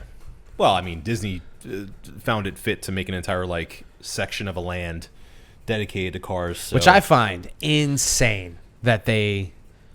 I don't understand the lasting power of a movie like Cars. It just Yeah. does not, in my opinion, it just does not have it. Yeah. Well, what are you gonna do? Anyway, okay. To circle back, I don't think the F1 trailer is trash. I think it's actually pretty good. I think it hints towards like the visceral action of the movie itself, and I am excited to see what old Joe Kosinski does with the world of racing, based off of what he did with dogfights. I think that translates almost perfectly to F1. Yeah, I guess going back, I mean, yeah, that's the number one thing of like, there is a there's a conflict, there's an enemy. Racing is There's a team. There's a team. I think when it comes to this, like, you're almost like, okay, well, who are we rooting for and who are we rooting against? Yeah. Well, it's almost, in a way, it's almost too close to Maverick. Yeah. Because it's an old man coming back to the game that he loves, and young up and comer that's coming in to like kind of challenge him. Yeah. So, we kind of been there already. We may get a Days of Thunder out of Joseph Kosinski, is all I'm trying to say. It's poetry. It rhymes. Yeah. You know, that may happen. But I wouldn't be mad at that. You know, I would be excited to see what he can do with F1 in the same blueprint of Top Gun Maverick. I'll say that the trailer itself was not trash, but for me personally, was there anything in it? No, okay, I guess I got it. No, that's going against the rules. I guess I have to go trash, because like there was nothing in it that rose above the level of this looks good enough that I get you will interested? Yeah, that I'll Yeah. look past the fact that like I'm not really into racing. Yeah, I gotta go trash. I gotta just go with my gut and say trash. You know. That's fair. Disappointed, but that's fair. All right, what else we got? That's it for trailer trash. So let's move right along, my friend, to we go for video game, or are we going to go? Let's do the fart. Let's do the Fortnite. Let's do Fortnite. Yeah. All right. Let's talk about Fortnite. Okay. Let's talk about Fortnite. Really should have talked about this right after Skibidi Toilet. Yeah, I get. Yeah, that's true. That's true. You want to talk about brain rot? I don't think there is. I don't think there's a more brain rot video game, like blockbuster video game, than Fortnite. Yeah. It is. It's crazy that Skibidi Toilet Fortnite. dude. I mean, honestly, I would not be shocked. This episode is going to go crazy. Oh man, I can't wait for the fucking Gen Alpha and Gen Z to get a hold of this one. I would not be surprised if Skibidi Toilet became like a playable character in the game, or like an Easter egg. Yeah. in a map somewhere. Like a enemy. Or like you could kick a door in the bathroom and like a head pops out. The song just to starts playing. Yeah. Anything to just kind of be like, we see you. We see you, weird kids. Yeah. So, Epic Games is well known for taking pop culture and just shoving it into the game. Yes. Apropos of nothing. Right. And their Star Wars collaborations have actually been a little bit more historic. Yeah. If you guys remember, the plot of Rise of Skywalker was actually spoiled by a collaboration with Fortnite. Yeah, I remember that now. And so their Star Wars thing has been like, it seems to me that someone at Epic Games is a big fan of Star Wars. I mean, it's one of the biggest franchises of all time, so. Well, and the fact that, excuse me, Disney and Lucas were like, sure, let Darth Vader shoot a machine gun. We don't care. Yeah. Like, the fact that they saw past the idea of these characters being so sacred that you couldn't imagine them in anything but their own medium. Yeah. And letting Epic just go, they're gonna be jumping around, doing whatever the fuck they want. Darth Vader has a shotgun. It is shocking that actually they let this happen. Yeah. Not so shocking is how lazily they've gone about it. And so Yeah. you have the lawsuit, I guess, or the article pulled up. Yeah, so according to Jeff Keighley, known video game guy, this is from Twitter, SAG-AFTRA has filed an unfair labor practice charge against Epic for its use of AI for Darth Vader's voice in Fortnite. Quote, Fortnite's signatory company chose to replace the work of human performers with AI technology. Unfortunately, they did so without providing any notice. So that goes against, I guess, what SAG-AFTRA was after the entire time that they were on strike. The actors were on strike and trying to get, some kind of fairness when it comes to AI technology.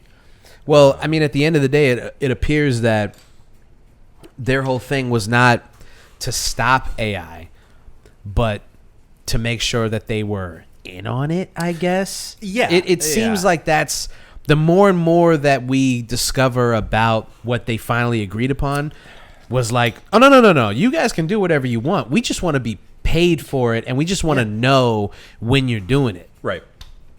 Which is pretty disappointing, to say the least, because I thought the whole thing was a fight against this sort of thing.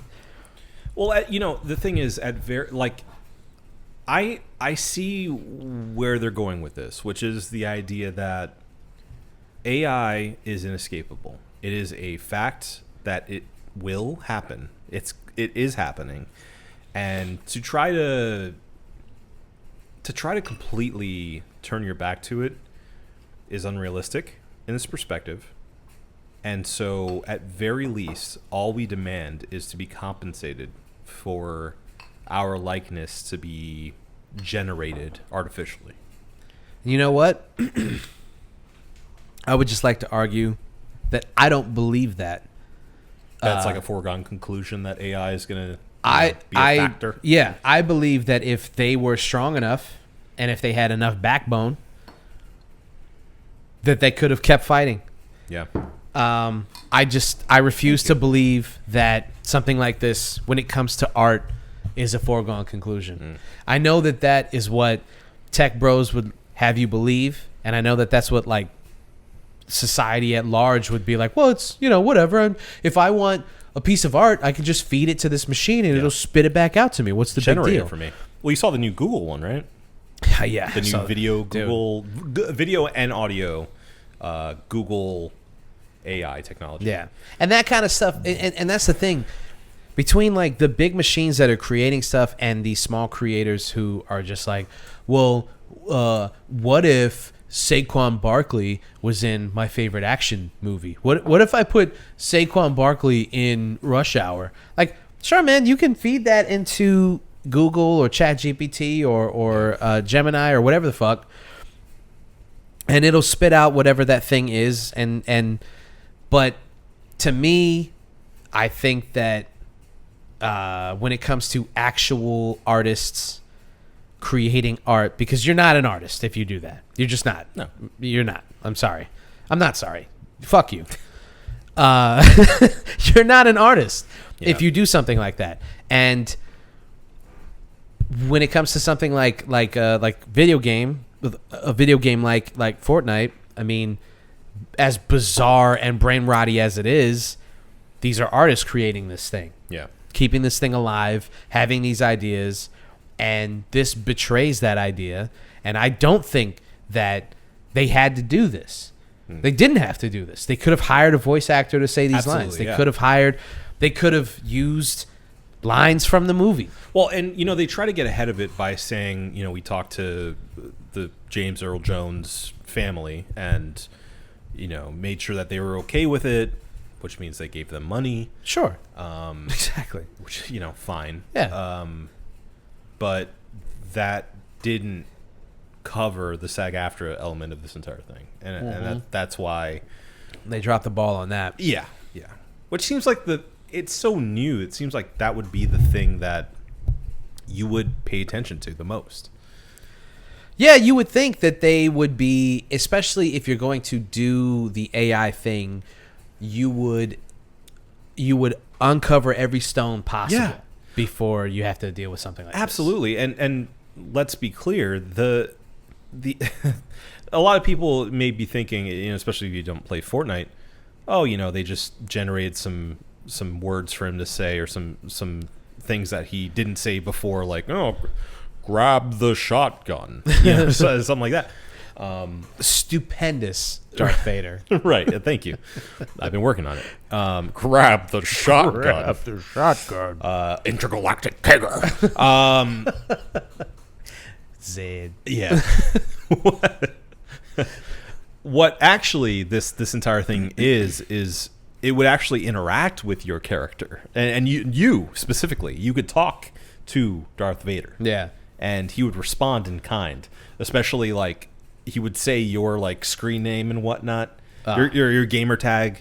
Gross. And it got to the point where there was obviously this was going to happen, right? He would end up saying slurs. He would say inappropriate things. What? Skibidi Toilet? Yeah, he would say Skibidi Toilet. And of course, it was like a really interesting technology to experiment with, but people would, of course, think of the worst thing they could possibly do with this AI. Yeah.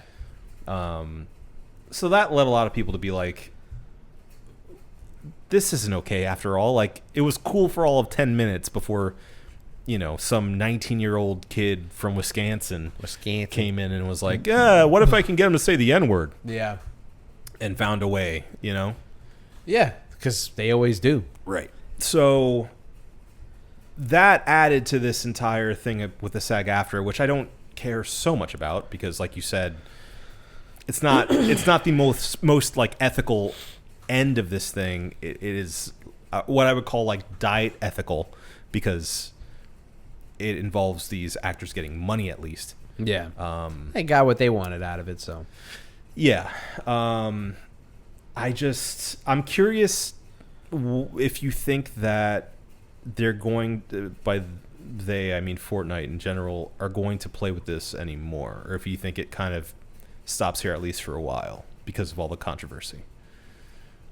No, I think Epic Games has been courting controversy forever. Yeah. And I think that this just keeps them in the headlines. And I think that as a company, they don't strike me as really giving a fuck about this sort of thing as far as bad publicity is concerned. Sure. I mean, because at the end of the day, you have Peter Griffin fighting Goku, fighting Jar Jar Binks. Like, they're not concerned with integrity. No. So this is more of just a speed bump, a roadblock for what they're planning on doing. This really just shows you, I believe, what they have planned for the future.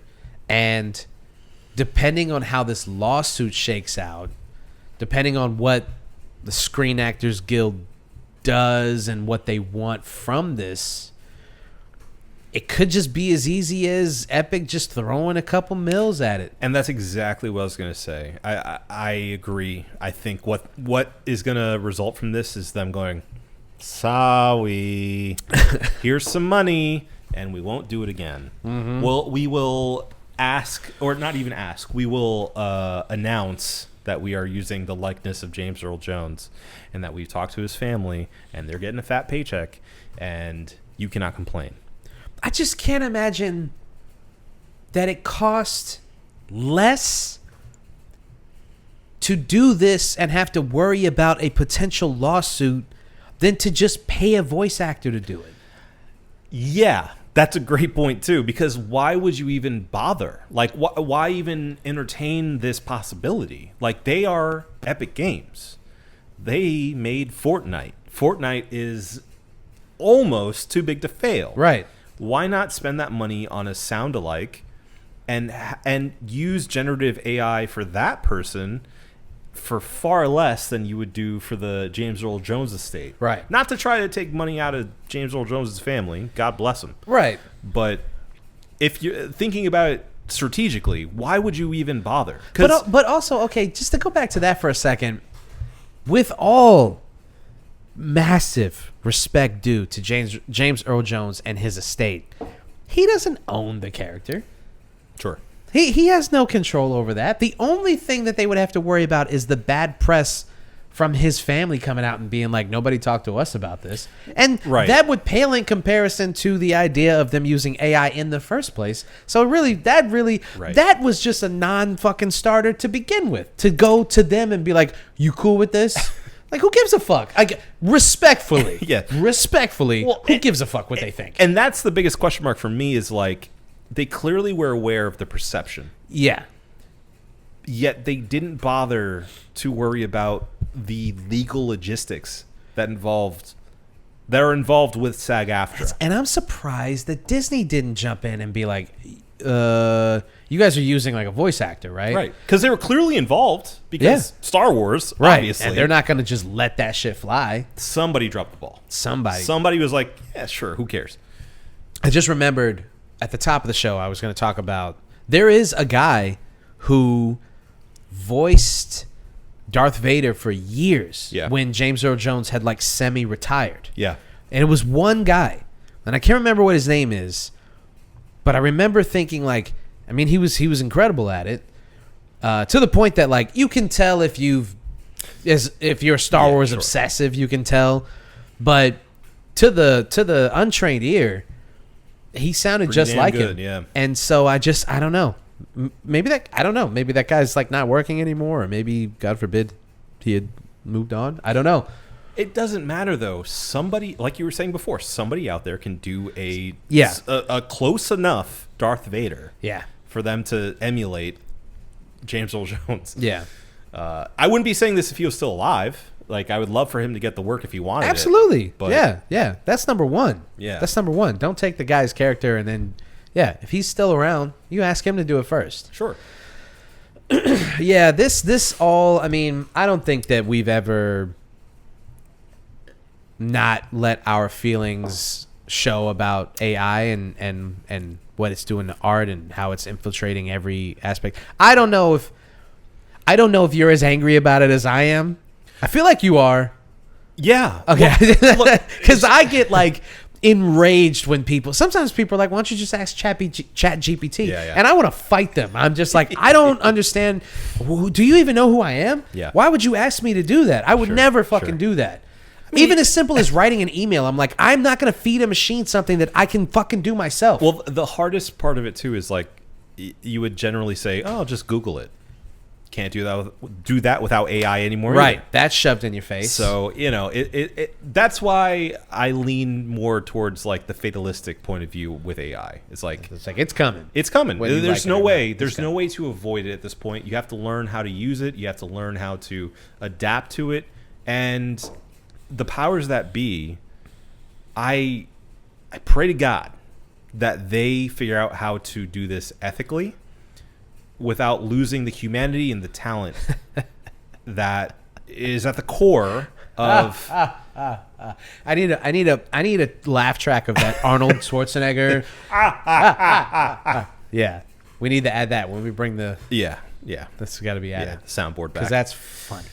I know. Humanity, AI, But companies, the Hollywood, thing is, video games, the thing is, $1 billion generative studios. AI doesn't think for itself. It is not AI. Not yet. But that's the thing is like we are still who knows how far away from real sentience. I don't know if we're that far away at this point. You see how good that fucking new Google one looks as compared to Yeah. Oh, absolutely. like what it looked like just a and couple years ago. I mean, that just goes to underline the fact that we were completely right and everyone else is right in saying that, like, 2-3 years ago, this is the worst that generative AI video is going to look. Yeah. Because the new one looks way better. Yeah. Can I still tell the difference most of the time? Yeah. Yeah. But it Until is they way better. Until they figure out that glossy, inhuman kind of sheen to everything. And the kind of the weird movements like they make. Yeah. Like, and if you look kind at of like there's a strange there's a bit facial, of a bit of a uncanny valley thing still happening Yeah. a little bit. They figured out the hands. Yeah, and they figured out like the mouths for the most part. Yeah. But yeah, there's still like an eerie unhumanness to pretty much everything that's generated. Yeah. And I also think that it's and here's the thing too. The people that generate these things, they're not even good enough to give it a well thought out enough prompt Right. so that it doesn't fuck it up. Right. That's how unartistic these people are. Yeah. That they're not even smart enough artistically to give it a prompt that doesn't fuck the whole thing up. Well, look, in an actual example, like for work, I know people who I'm a writer. I do advertising, copywriting. Is that what you do? I do. There are people that I work with who use AI to help with what they're writing. And what they do is they know the right script to write. Hear me out. Hear me out. This is not an expose. Raggy. I guarantee this is what most people who write professionally do nowadays, especially that do it in a short form and continue to do it like writing emails and landing pages and whatnot. What they do is they'll write a prompt that is curated specifically to a brand voice that they have curated, and they only use this one profile for this one brand. So it learns the brand language generally in the tone. Okay. So that helps in one degree. After that, it spits out whatever it wants to, gives a format essentially, and then they come in and go, I like that format. What I'm going to do is rewrite it sort of in that style. So it shortens the time involved to do the logistical ones and twos that a writer would normally have to do in that position. Still a little. I don't know. I say that and also say I don't do that myself. That's right. And I think it is a bit of a tech phobia. I think it's a bit of a thing of me being I don't know, kind of planting my flag in the sand, if you will, to say I'm going to resist this as long as I possibly can. But at the same time, I've come to the realization that I do feel like it's inevitable. Yeah. And sooner than later, I'm going to have to start incorporating this just to keep up. That sucks, man. Yeah. That sucks. My boss encourages me to Sherry's boss encourages her to use. use it. my emails come off a little bitchy to clients. Sometimes her emails come off a little bitchy to clients, if you can believe that. I'm just kidding. I'm just kidding. Your boss said it. I didn't say it. I didn't say What you it. gonna Your do? boss said it. He's wrong. I'm wrong. They're wrong. Oh! Hey, come on. What you gonna do? You got nice emails. What are you going to do? It's pleasant. I would work with you if I could. I can't, but I would if I could. Don't sound like a bitch at all. Is that what he said? Did he just come off bitchy? He said, because I'll write him an email that I want to send to like a high paying. Writes an email that she wants to send to a high playing And then I say, client. this aggressive. She'll say, "Is this aggressive?" And he'll go, And he'll go, why don't you ask "Why don't you add ChatGPT to make it friendlier?" ChatGPT to make it friendlier? And That sounds a little cunty. You know? and I'm fine. Can you say that on YouTube? Can you? I don't know. We're like an hour and a half in. Do you think it'll flag it? Cunty! Hey! Oh, whoa, whoa. Is that too much? I think I've said every curse word in the book this episode. Oh. But okay. All right. Should I bleep that one? To be safe? Maybe. I'm sorry. Who knows anymore, man? Yeah. Hey, you know, and this is the kind of thing And like they're using AI to- Exactly. They're using AI to like just grab onto down. words and it's like you have no idea what the context is. What if I was being complimentary? Cunty can be complimentary. Serving blank. Yeah. Yeah. Well, I've already said it twice. I'm I gonna have know. to go in and Well, we'll see. Yeah. Do some research. all right. Okay. All right. Let's move on. We'll see what happens with that. Yeah. Obviously, it's up in the air. We'll come back to it when there is some kind of Update. Yeah. update on that. Let's see if this actually goes through, which I can almost guarantee it will not. Right. They're just going to throw money at it. A band that is serving cunt. Oh. We're just going to roll with it. No, I'll go back in and I'm just going to make more work for myself. Don't be mad at me if I forget. I might forget I know. to. I know. We'll just leave these in here. And if it know. gets flagged, it gets flagged. You know. A band Yeah. that is, making a comeback. I don't even. Do they have a new album coming out, or is they just Not doing that I a- know of. Okay, so All American Rejects, they're back on tour, Yeah. but with a twist. Twist. A twist. So they decided that they're not just going to go on a conventional tour. They are going to do something a little unheard of, and something that has kind of created a massive amount of goodwill for this band almost instantly. Because you got to think, like, we're in this era of tours and $200 tickets and, Ticketmaster bending people over and bands having to kind of compensate for the fact that everything is just getting scraped off the top of everything that they try to make. Yeah.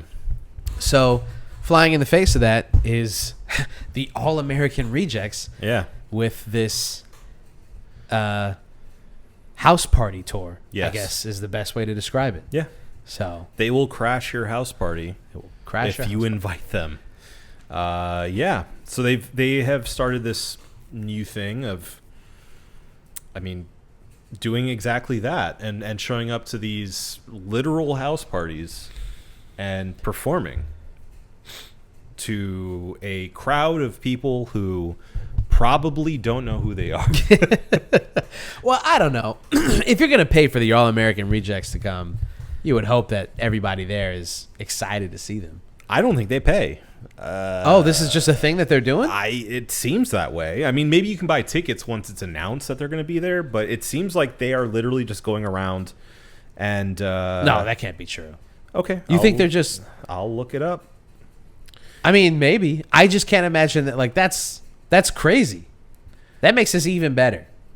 Okay, so this is according to USA Today. The All-American Rejects are bringing house parties back from the dead. The pop-punk band is leaning into the nostalgia of decades past with their, quote, house party tour, giving fans the ability to submit an event or venue for the group's next pop-up show on social media. Last week, it was a Phoenix innovation party on the University of Wisconsin Green Bay's campus during finals week. We invade your campus. Be prepared to live the movie. USC was a midnight day dream destined to be repeated. What college should we hit next? Comment the word party and we'll shoot you a DM to RSVP. Okay, so they are putting out a new album Okay. that is in there as well. So that is what this is all about. So it appears that they're basically taking requests for where their next tour stop will be. Yes. But then you still have to be like, they're still going to charge money. Can't just be like a free pop-up show. Yeah, I guess so. Yeah, go to click that and see if, it's just another, what, why? Let's pretend like we wanted to submit a spot. How do we do that? I will go to Google and I will go to their website. Okay. And I will hit the tour. The Rejects.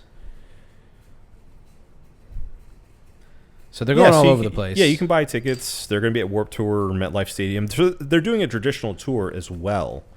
But I do think party tours are more of a pop-up thing that, like, I mean, maybe you can pay day of or something, but it doesn't seem like it's really, like, well organized. Like, we're going to show up at 9553 Sand Lake Drive, Is that a real address? I don't know. Could be. click that one. What are they talking This about? one? They took money for something? What is that? 50,000 of our own pockets, booked the bus, put the crew salary and started this. Okay, so maybe they are just... They're doing it for free, yeah. They're just going out and... it's a publicity tour, really. Before they go on real tour, I suppose. That's crazy. Yeah. So I find that incredible. Yeah. I think this is like an antidote to all the bad news we've read so far. Yeah. What a great idea. Yeah. I can't sit here and say I've been the biggest fan of the All-American I was Rejects. just about to say, man, what if it was a better band? Right. All-American Rejects. But look, man, if they were to pop up at UCF and I was around, I'd show up. I mean, if I was on campus and happened to hear move along, I might walk in yeah, and stay for be my band, you be my band, you and you. I might hang around for that. That played a lot on VH1 when I was a kid. I watched that video a lot. It's like Gives You Hell. Yeah, that Yeah. Give You Hell. That's what it is. Give You Hell.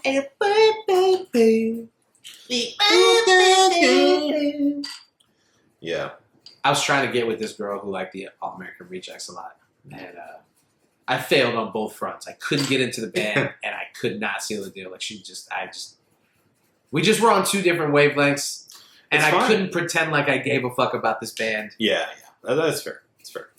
Yeah, It wasn't meant to be. no, it wasn't. But So then I'd have to like put up with this shit. Then I'd have to go to like some house party somewhere where she's like, the All-American Rejects are popping up at like, you'd have to show up in a backyard in Alabama. yeah, Just to like see we're the driving All-American to go Rejects. see the All-American Rejects at some backwater fucking Yeah. booth. But it seems like this tour in particular is focused on like new fans and people who may not really know their music, may not have the nostalgia for them, and they may know like, oh, these guys used to be big, and Oh wait, hold on.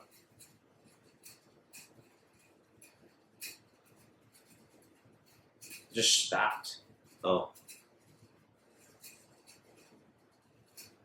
Available space on. Oh, there's no more room on my computer. Oh no. Okay, so all of this is going to be like bad audio because we're going to have to take it from The camera. the camera itself. Okay. Sorry, everybody. It's going to be rough around. We would have to. We can stop, and I can take some stuff off the computer. No, let's wrap it. Okay. We'll wrap it up. We'll wrap it up short. I'm sorry, everyone. You'll just have to deal with us. Yeah, the audio is just going to be not great in this ending, so we can just kind of do it. We'll project. We'll project. Yeah. So, okay. All I have to say, I think it's so brilliant for them to try to find a new audience of a new generation of kids to get into them by doing this. Like, I mean, it's almost like a politician getting face to face with these kids and like appealing to them in such an intimate setting that you only usually see bands that haven't quite made it yet in that way. So Yeah. I think this is incredible. I hope other bands do this, and I think it's super smart. I wouldn't be surprised if other people didn't start picking up on this sort of thing and make it a trend. Yeah, depending on how much they generate, like how much goodwill and honestly just how much money it generates as far as like obviously not the ticket sales themselves, Sure. but like that aftermarket kind of like, okay, in the same vein of like selling Nikes on the streets, you may not get that Nike that you want, but you may go to the sneaker app, you may go to the Nike.com and be like, well, maybe I'll get something else. I wonder if people are gonna like join this tour, if they're gonna peep the new album just because they're like, fuck it, All American Rejects, this is a cool idea. They came to my small town. Yeah, I'll check out Awesome. their new album. Yeah. Sure. So that's interesting. Yeah, agreed. All right. This whole back section gonna be a little rough. Not gonna lie to you. So let's try to just get through this as quickly as possible. Okay. So let's do the cheers of the week. Obi, what's your cheers?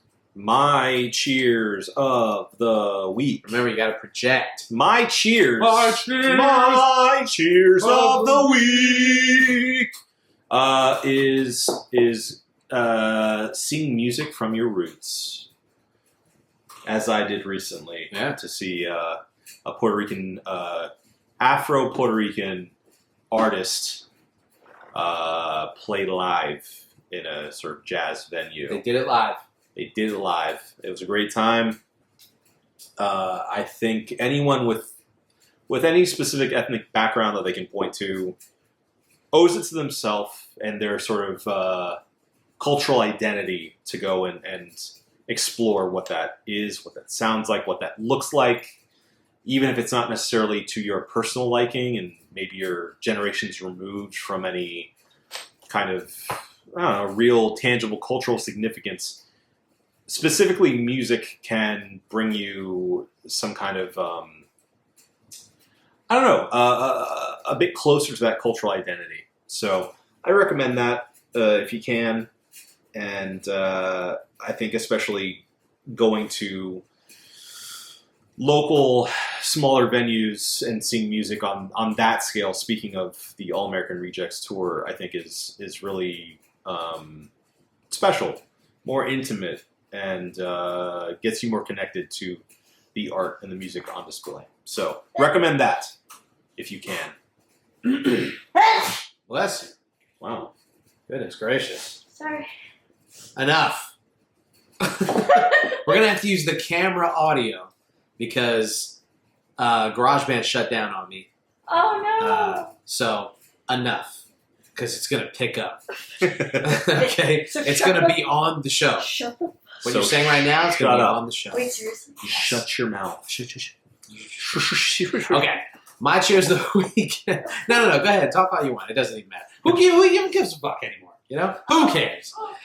Oh, My cheers of the week is going to Denzel Washington and Spike Lee movies. Like the connection between the two guys. At the Cannes Music Festival. Cannes? Can? there was an incident with Denzel Yeah, I saw and a photographer that we really don't have the time to unpack right now. But apparently, rumor has it that this was like Denzel was like, you know what, fuck this, and he bounced. Yeah. So there was a press conference at the festival, and after Highest to Lowest got a standing ovation, and it's doing really well critically. So that's all really cool. Yeah. Spike talked about the movies that he had done with Denzel and the fact that, you know, he's talking about retirement. Sure. And so this may be the last movie that they do together. Yeah. He had his plan like Tarantino, right? Like essentially. So many movies left. Yeah. But who knows? Yeah. But that is essentially the plan. And so I pulled up the list of movies that they've done together. You got Mo Better Blues in 1990. You've got the venerated Malcolm X, 1992. You've got He Got Game from 1998. And 2006, Inside Man. Such a good one. Oh, so good. Yeah. So good. I mean, when these two connect, bro, I mean, come on. You're going to get a bang. Absolutely. So I guess you shouldn't even be surprised that Highest to Lowest is doing so well because they just put on every time that they do a movie together. So this is just hopefully another in the line of their masterful work together. Yeah. And so I just wanted to salute those movies and the Lee Washington connection. All right. One more thing we got to do, and that's review this brewski. So from Russian River Brewing Company, the Happy Hops IPA. Obi, what you think? 6 out of 6. 6 out of 6. It's so easy for me. Yeah, I mean, it's everything I want in an IPA. It is a little extra bitter compared to Pliny, but also without having that nasty hop burn in the back. You know, I don't get any of that. It's all so smooth, very enjoyable, flavorful. I can't think of a single thing that I don't like about it, and that's why I'm giving it a 6 out of 6. I'm between the two because I realized that we gave Pliny a 5. And so I'm wondering, first of all, I really thought that we'd given Pliny a 6, but we didn't. We should have. After just having Pliny, it should have been a 6 as well. Maybe like a pitchfork, retro review. These are both 6s to me. If they're both 6s, if Pliny's a 6, then this is a 6. That's kind of my line of reasoning. In 2025, I have to refigure my scoring, and Pliny is a 6. What if we did like a whole series where we went back on a bunch of stuff from like the first 100 episodes? You're blowing my mind. Yeah, I think that's a good idea, actually. I'm just thinking I think some stuff needs a re-review. We should even go back to some of our lower scoring beers. Yeah. Especially from really early in our show. Yeah. And revisit with our more, experienced palate. Yes. Agreed. Okay. Agreed. Good deal. So 6 out of 6 for both of these guys. Yeah. But the we'll call official beer, a re-review. Yeah. Re-review. Yeah. Is the happy hour. So 6 out of 6. You think we got it? I know we got it. Well, if Obi says we got it, then this episode is over. This has been the One Beer In podcast from myself, Marco Dupa, for Adam, Obisio Yay. Thank you guys for listening. Drink delicious beer and have yourself a beautiful evening. We love you. Uh-oh.